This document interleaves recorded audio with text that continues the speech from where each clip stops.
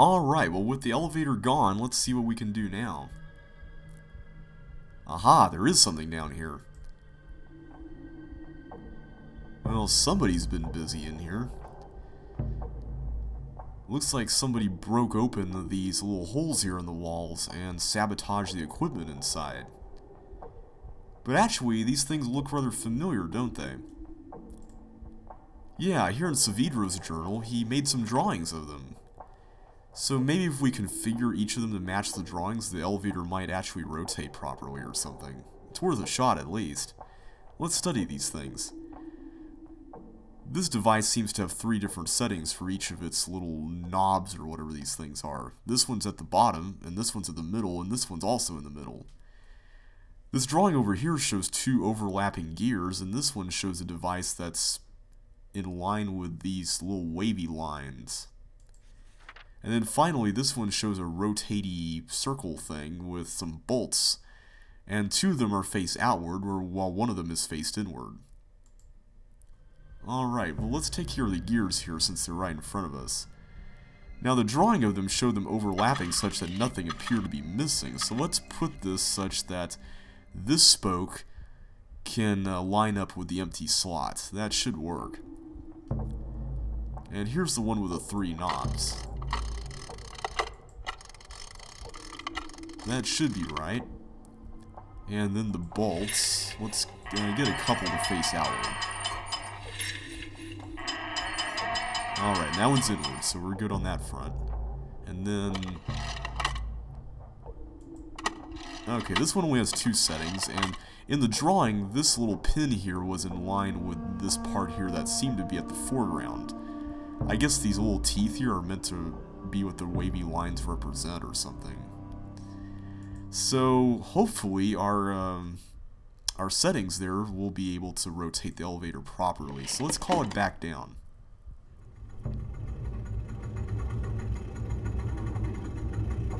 Wow, it sure seems to come down a lot faster than it goes up.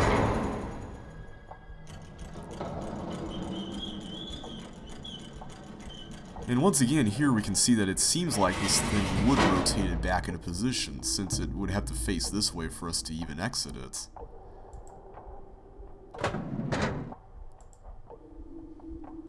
Well, here goes nothing. There we go.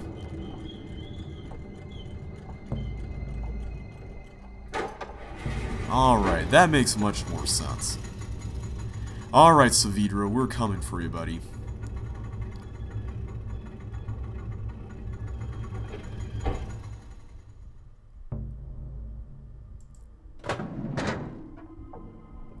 Uh-oh. Oh, no. I should have known. No, don't close... oh. Not the cage, too. Alright. Now we've really got our work cut out for us. He just escaped using a linking book that's now down there, and I have a feeling that we're not really going to be able to just retrieve it by jumping down there and prying that thing open while balanced on top of it. And these pods over here closed as well. Alright, well what can we do in here? We've got this overhead projector-like thing that he was putting all those pieces of paper on, but we really don't know what purpose that serves. There's a button here, though.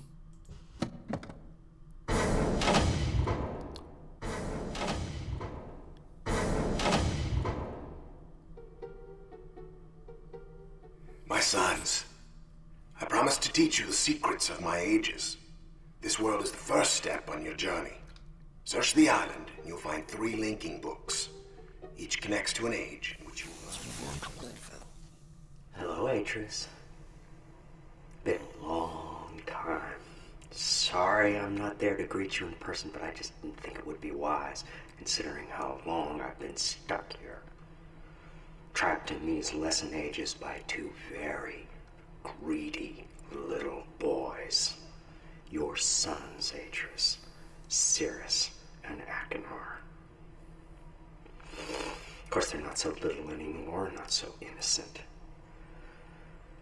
I thought a lot about innocence these last few years and what happens when it gets lost.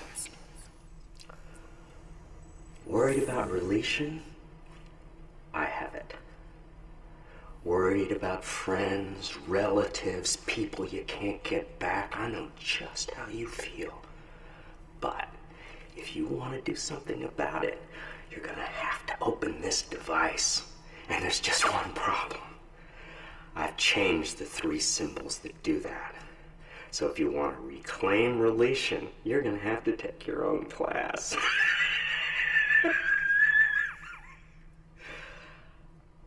Find the 3 symbols, Atrus. And don't keep me waiting forever. Well, that was certainly a very informative message.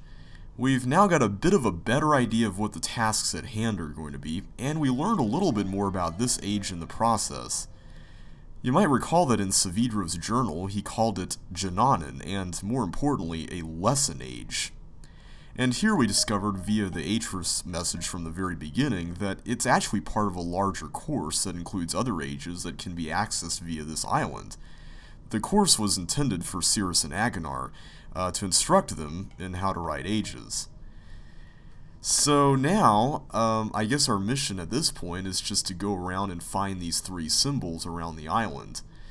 Now, Saavedro, in his message, although he mainly reiterated a lot of the sentiments that he wrote in his journal, he also inadvertently answered one of the questions that we had earlier from reading it, and that was what the parts that he scavenged from the elevator shaft were for.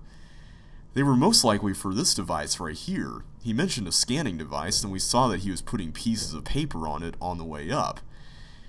Now, he mentioned that we would need to open the device down there with the book using symbols, and that the symbols that were required to use this thing previously had been changed. So in order to change them, he must have reprogrammed it somehow. Although, I really can't see the elevator parts here. But I trust that that's what that was for. It makes the most sense. Anyway, let's go ahead and start taking a look around this room. By opening up the message and playing it, we were able to activate these pods and open them up. So, let's see what we've got here. There's a symbol that's showing a bird here in the scope. And by clicking on it and dragging, I can actually move this thing around. And that appears to be one of the tusk windows over there. Now, you might recall from the very beginning of our exploration here on this island that we saw another tusk that had that symbol that looked like a barrel on it, and this one over here seems to have the same bird-shaped symbol on it, although I don't think we've been to this one yet. So, let's see what we can do about that. I'm just going to see if we can match these two. Maybe something will happen.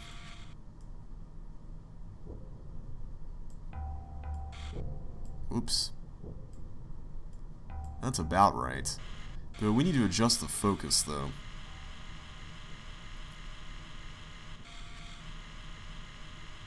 Whoa, whoa, whoa, whoa, whoa.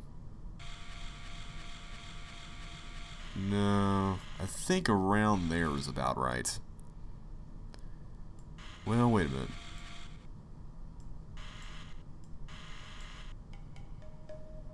Alright, let's go and grab this thing here.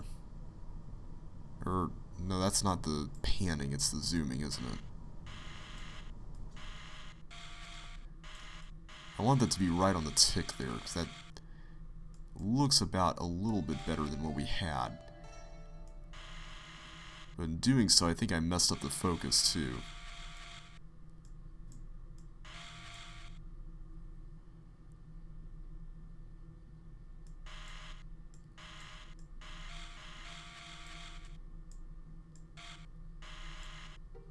Okay, that should be about right.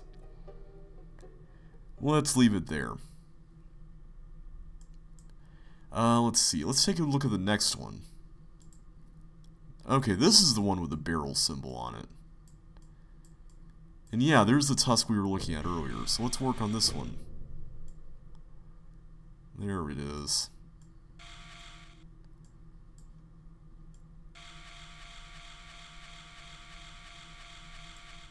Okay, I think we passed by that sweet spot. And I think we zoomed a little far inside as well. But I think right on the southern point there for that marble is about where we need to go. There we go. It's just a matter of getting the focus right.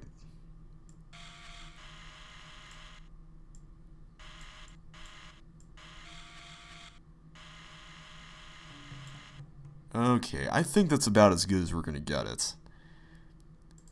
And finally, we've got the one over here. And I don't know what this thing's supposed to be. It's a really unusual shape, though. But whatever it is, it seems to align with the pillar or the tusk that's near that weird device that we were looking at.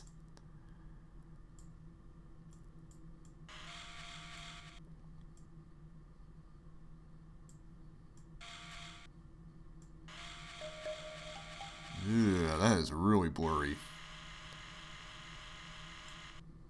Okay, that's a little bit better.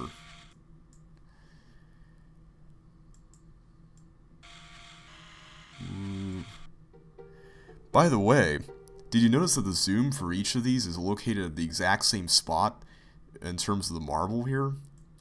These tusks must be equidistant from the observatory up here, which is pretty neat.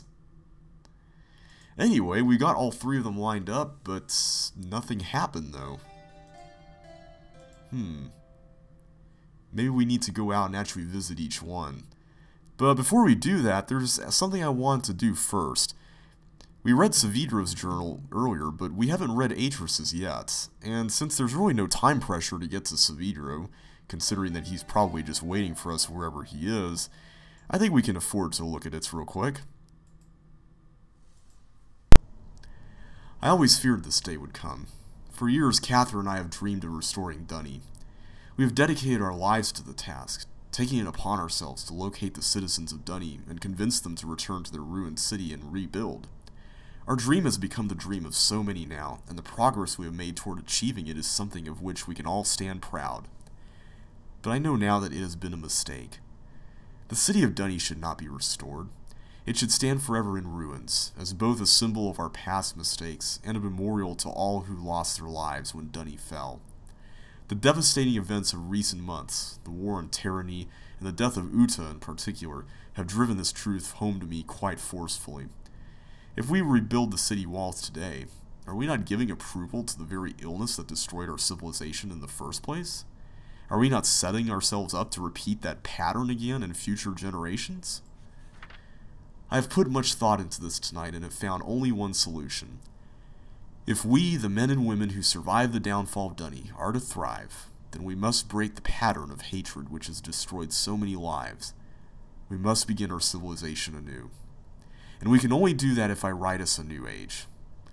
I have spoken with Catherine about this and she agrees. I only hope the others will see it as well.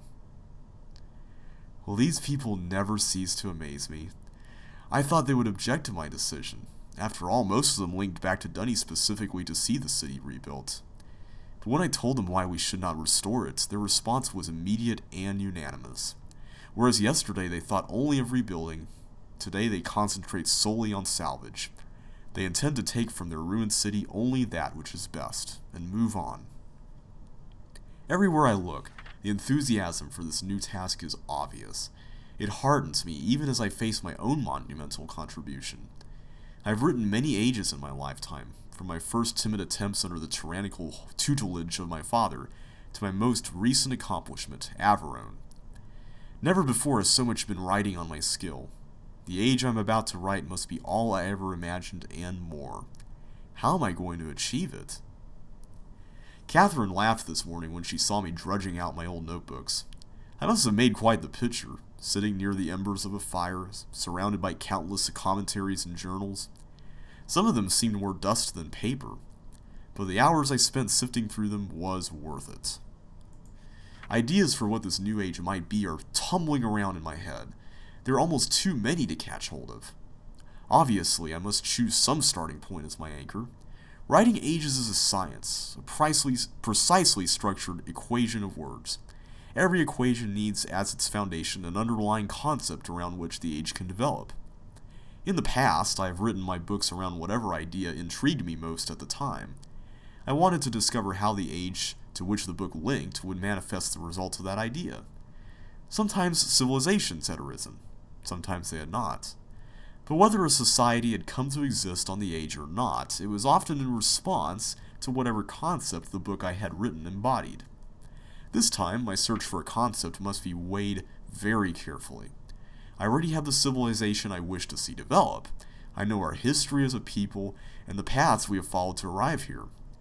Today, I must write a book which will link to an age that will allow us to continue on our way, growing ever stronger as one people. What underlying concept must this new age reflect that will best allow our civilization to thrive? I fear I must think on this some more. It has taken me some time, but I may have found my anchor. It came to me as I was considering what I know about the survivors of Dunny. We have seen so much tragedy in our lives, from the destruction of the city to the suffering and loss of loved ones due to plague and deprivation.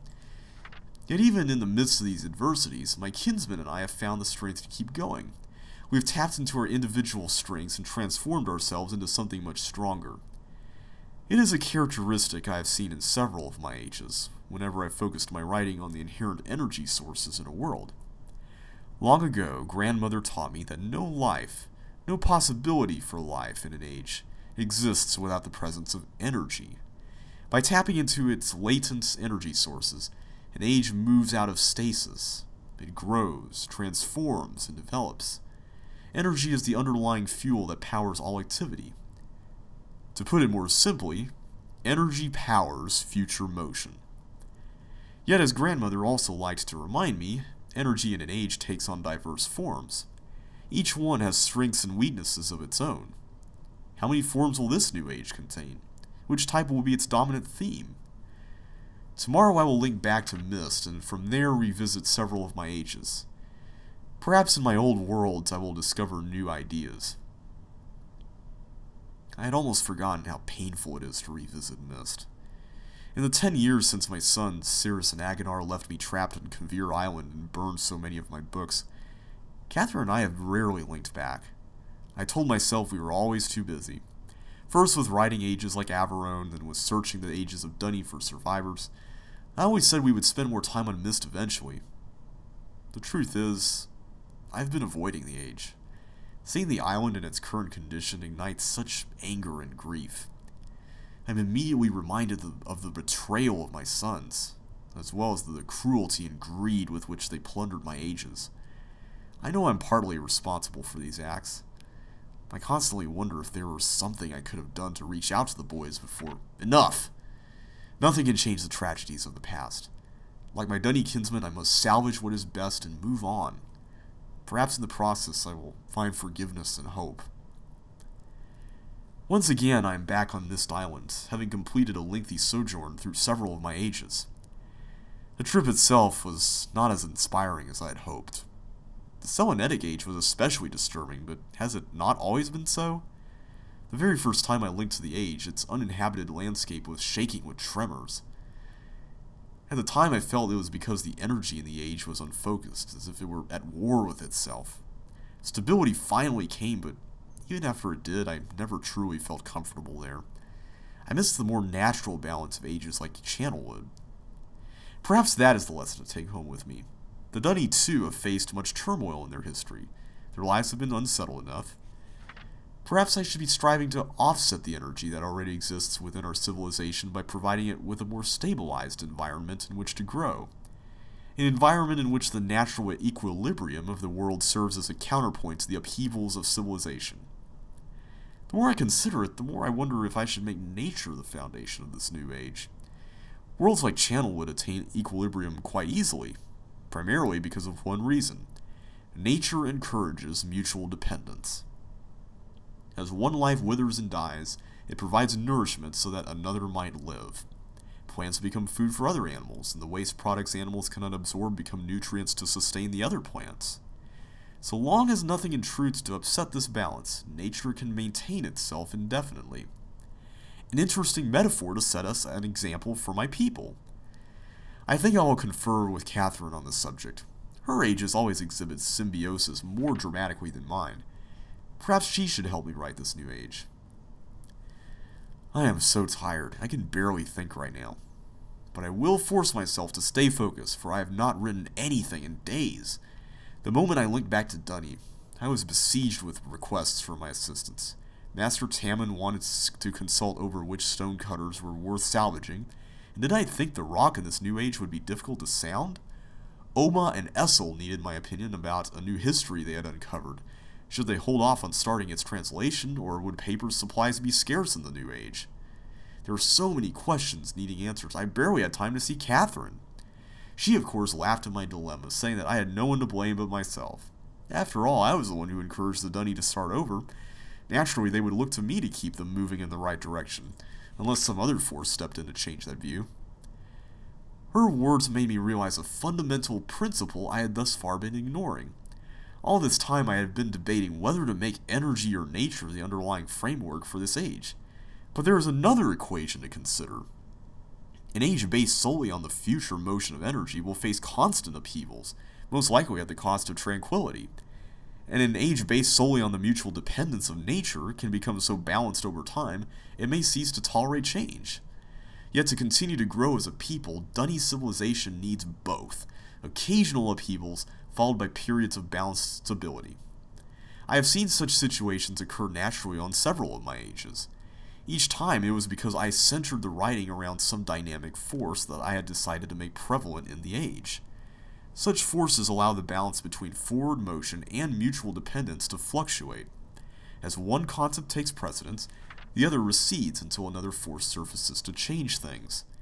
As Catherine's insightful comment reminded me, dynamic forces spur change. I am too tired to think more on this tonight. Hopefully in the morning my thoughts will coalesce. Catherine surprised me today. Apparently while I was off visiting my ages, she linked to Myst by herself. She did not say so, but I could tell that her visit had been painful. More than ever now, I am convinced we must find a place to begin again ourselves. Perhaps when I have written this new age for the Dunny, I will put some thought into where Catherine and I might live. I cannot believe I did not see it before. All this time I have been struggling to describe the perfect age for the Dunny. I have considered and then rejected several underlying concepts which I felt might best set the course for their future, as if I alone should determine how Dunny civilization will grow. In my own way, I have become as egotistical as my father. In truth, I owe this realization to Catherine. Sensing my indecision about the new age, she led me on a walk around Dunny. Salvaging efforts were well underway, with teams of people scouring the ruined harbor district. As I watched my Dunny kinsmen deciding which parts of their culture to retain, I realized they do not need me to determine their future. They are quite capable of setting its course by themselves, regardless of what age I write. This realization has opened my eyes to the best way of approaching my task. I no longer need to worry about which underlying concept, energy, nature, or dynamic forces I should make prevalent in the age. Rather, I must strive to include them all. I must write a balance of systems into the descriptive book, enough so that the Dunny people will constantly be challenged to attain their ultimate potential. As grandmother often pointed out to me when we spoke about ages back on Myst, balanced systems stimulate civilizations. At last I feel I am ready to begin writing this new age. Indeed, I am eager to begin and have already come up with a perfect name. I know grandmother would have loved it. Of course, Catherine could tell the moment I turned to her that I had finally found my starting point. I babbled on excitedly for some time before I noticed the smile she was hiding. When I saw it enough to grow suspicious, she handed me one of my oldest age books. She must have picked it up when we linked back to Myst. Seeing the name Jananen emblazoned on the book cover, I could only shake my head. The one age I never got around to revisiting was the one that might have helped me the most. How foolish was I to have completely forgotten it. I think after I have finished this work, I should take one final trip, if only to help restore an old fool's memories. Well, that's the end of the journal, and there really wasn't a whole lot there that helps us out right now, but we did get some insights into the process that Atrus went through in his head when he wrote Relishon, as well as one critical piece of information that answers a question that's kind of been around since Saavedro even linked to Tamana in the first place. And that was, how in the world did he even get there? Well, when Atrus linked here to Jananan after he finished writing Relation, as he mentioned at the end of this journal, he would have had to have brought a Tamana book with him to get back there in the first place, and in doing so, he would have left that book behind. So that enabled Saavedro to actually use the book and follow Atrus back to Tamana and snoop around. Well, at this point I suppose we should go out and search the island for those 3 linking books.